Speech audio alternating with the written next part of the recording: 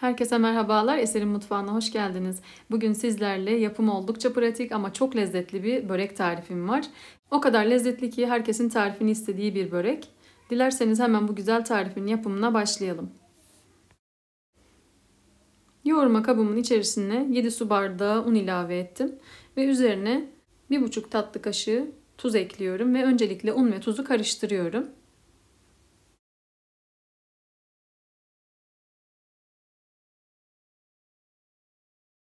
Un ve tuzu iyice karıştırdıktan sonra ortasını havuz şeklinde açıyorum ve içerisine toplamda 3,5 su bardağı ılık su kullanıyorum. Öncelikle yarısını döküyorum ve yavaş yavaş unla beraber karıştırarak kontrollü bir şekilde suyu eklemeye devam edeceğim.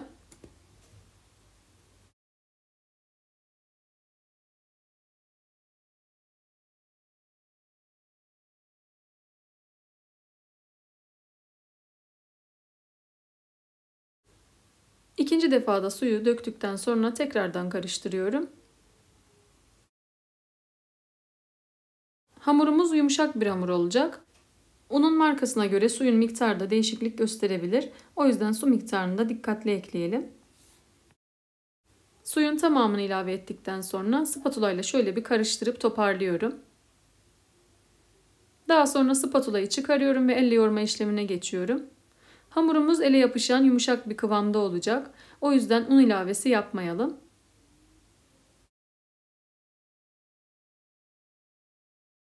Homojen, pürüzsüz bir kıvam alana kadar hamuru 4-5 dakika boyunca yoğuruyorum.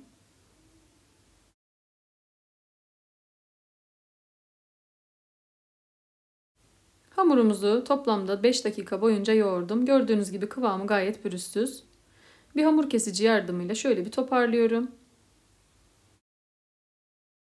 Gördüğünüz gibi ele yapışan bir kıvamı var ama un ilavesi yapmıyorum. Hamurumuzu dinlendirmeye bırakıyorum. Üzerini kapatıyorum ve yarım saat dinlenmesi için bekletiyorum. Eğer vaktiniz varsa 1 saat bile dinlendirebilirsiniz. Hamurumuz kenarda dinlenirken biz içerisine süreceğimiz sosumuzu hazırlıyoruz. Önceden yoğurt kaymaklarını biriktirmiştim. Siz de aynı şekilde yoğurdunuzun üzerinde biriken kaymakları bu şekilde biriktirerek kullanabilirsiniz. Toplamda bu tarif için 2,5 su bardağı yoğurt kaymağı kullanıyorum. Herhangi bir yağ ilavesi yapmamıza hiç gerek yok. Ve üzerine 1 tatlı kaşığı tuz ve 1 çay bardağı da su ilave ediyorum. Ve bir çatal yardımıyla yoğurt kaymaklarını güzelce ezerek pürüzsüz bir kıvama getiriyorum. Eğer sizin elinizde yoğurt kaymağından bu miktarda yoksa bir kısmını yoğurt olarak birleştirerek kullanabilirsiniz. İç malzememizi güzelce karıştırdık. Gördüğünüz gibi yoğurt kaymaklarımızı iyice ezdik. Artık kenara alabiliriz. Hamurumuz da 30 dakika boyunca dinlendi. Gayet yumuşak bir hamur oldu. Dinlendirme aşamamızı atlamayalım. Hamur kesici aparatıyla şöyle bir toparlıyorum. Daha sonra da masaya alacağım.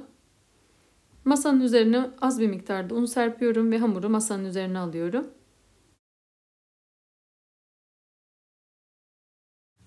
Hamuru şöyle bir toparladıktan sonra yuvarlak bir form veriyorum.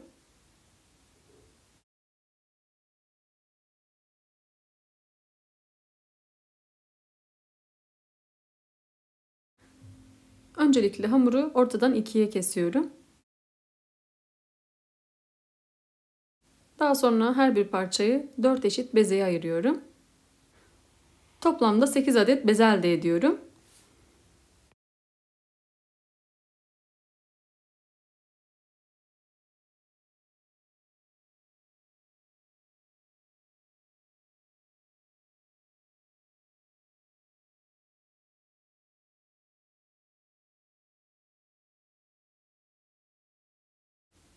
Kestiğim hamurların hepsini yuvarlıyorum.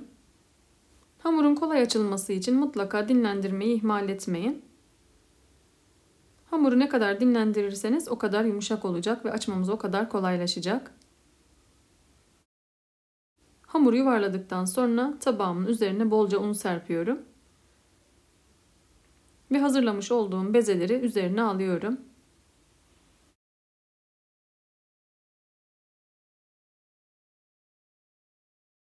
Un serpmeyi ihmal etmeyin lütfen. Aksi halde hamurlarınız tabağa yapışacaktır.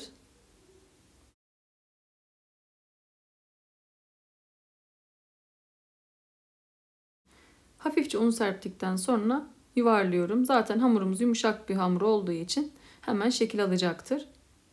Tüm hamurları aynı şekilde bezeleyip tabağımın üzerine alıyorum.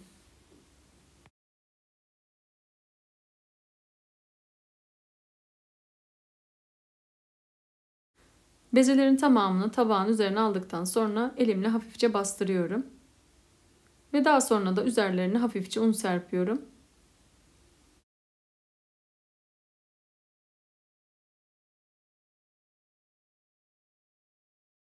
Daha sonra streç filmle kapatıyorum ve oda ısısında yarım saat daha dinlendirmeye bırakıyorum. Yarım saatin sonunda hamurlarımız güzel şekilde yumuşadı. Gördüğünüz gibi yumuşacık hamurlarımız oldu. Hamuru açmaya başlamadan önce kullanmış olduğum tepsinin altını yağlıyorum. Kullanmış olduğum tepsinin ölçüsü 40 santim. İçerisini yağladıktan sonra kenara alıyorum ve bezeleri açmaya başlıyorum. Masanın üzerine az miktarda un serpip bezemin bir adetini alıyorum ve kalan hamurların üzerini kapatıp kenara alıyorum.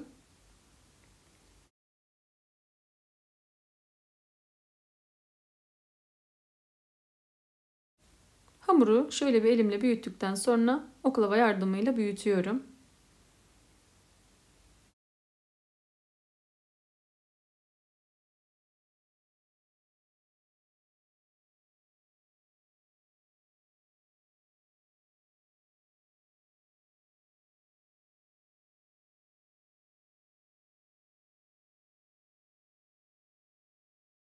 Hamuru istediğim ebatlarda büyüttüm. Gördüğünüz gibi açabildiğim kadar açtım. Şöyle sizlere inceliğini göstermeye çalışıyorum. Hemen hazırlamış olduğumuz yoğurt kaymaklı iç harcımızı açmış olduğum hamurun üzerine 3 yemek kaşığı olacak şekilde döküyorum. Ve spatula yardımıyla hamurun her tarafına gelecek şekilde sürüyorum.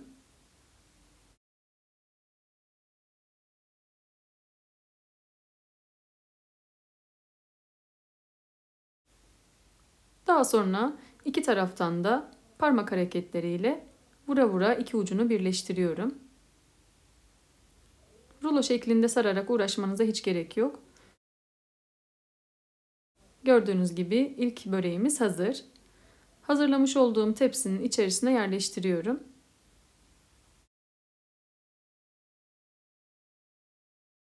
Hamurun tamamı bitene kadar aynı işlemleri yapmaya devam ediyorum.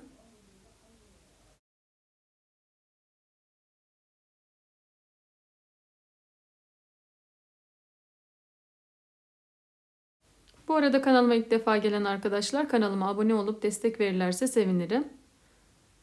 Tariflerimi görmesini istediğiniz arkadaşlarınızla paylaşabilirsiniz.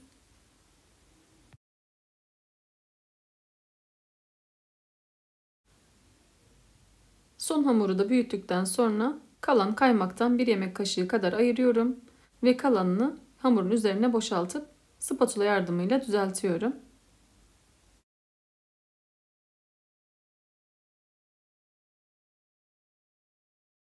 Daha sonra iki taraftan vuruş hareketleriyle aynı şekilde birleştiriyorum.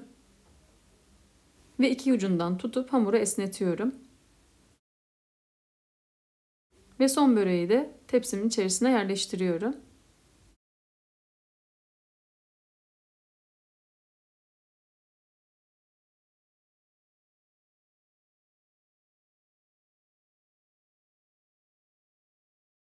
Böreğimizin üzeri için ayırmış olduğumuz bir yemek kaşığı yoğurt kaymağı karışımının üzerine bir adet yumurtanın tamamını ilave ediyorum ve iyice karıştırıyorum.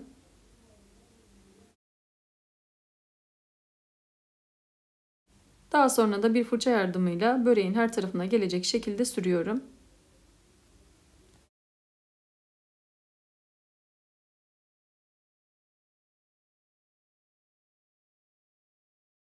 Böreğimizin tamamına yumurta karışımını sürdükten sonra artık fırına girmeye hazır.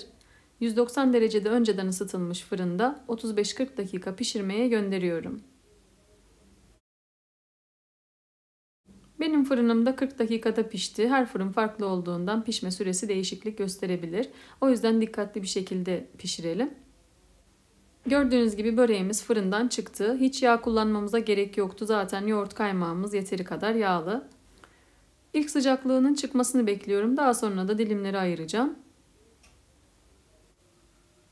Öncelikle böreğimizin kenarlarını bir bıçak yardımıyla kurtarıyorum. Bu arada börek için kullanmış olduğum malzeme listesi açıklama bölümünde bulunmakta. Kaçıran arkadaşlarımız oradan bakabilirler. Gördüğünüz gibi böreğimiz çok güzel şekilde pişti. Altı da üstü de nar gibi kızarmış. Böreğimizi hemen dilimleri ayırıp sizlerle kıvamını paylaşmak istiyorum.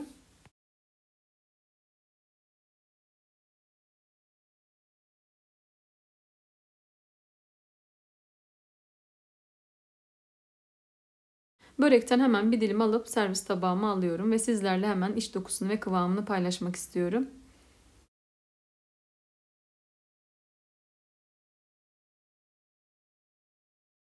Böreğimiz çok güzel şekilde pişti.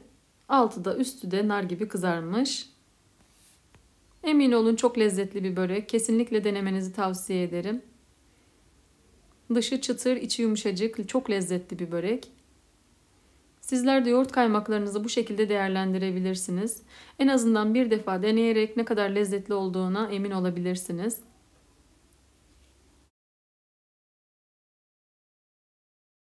İçi tel tel ayrılıyor. Herhangi bir hamurlaşma yok. O dinlendikçe yağını içine çekecek ve daha lezzetli hale gelecek. Gördüğünüz gibi böreğimiz tel tel ayrılıyor. Gayet güzel oldu. Kesinlikle denemenizi tavsiye ederim. Deneyecek olan arkadaşlar yorumlar kısmında düşüncelerini benimle paylaşabilirler. Deneyecek olan herkese şimdiden afiyet olsun.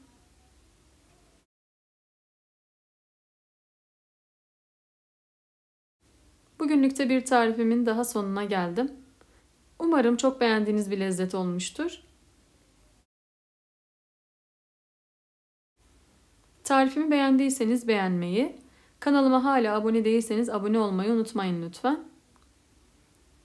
Tariflerimi görmesini istediğiniz arkadaşlarınızla paylaşarak bana desteklerinizi arttırabilirsiniz. Bildirim zilini aktifleştirerek paylaşımlarımdan anında haberdar olabilirsiniz. Farklı ve lezzetli tariflerde görüşmek üzere. Kendinize iyi bakın. Hoşça kalın.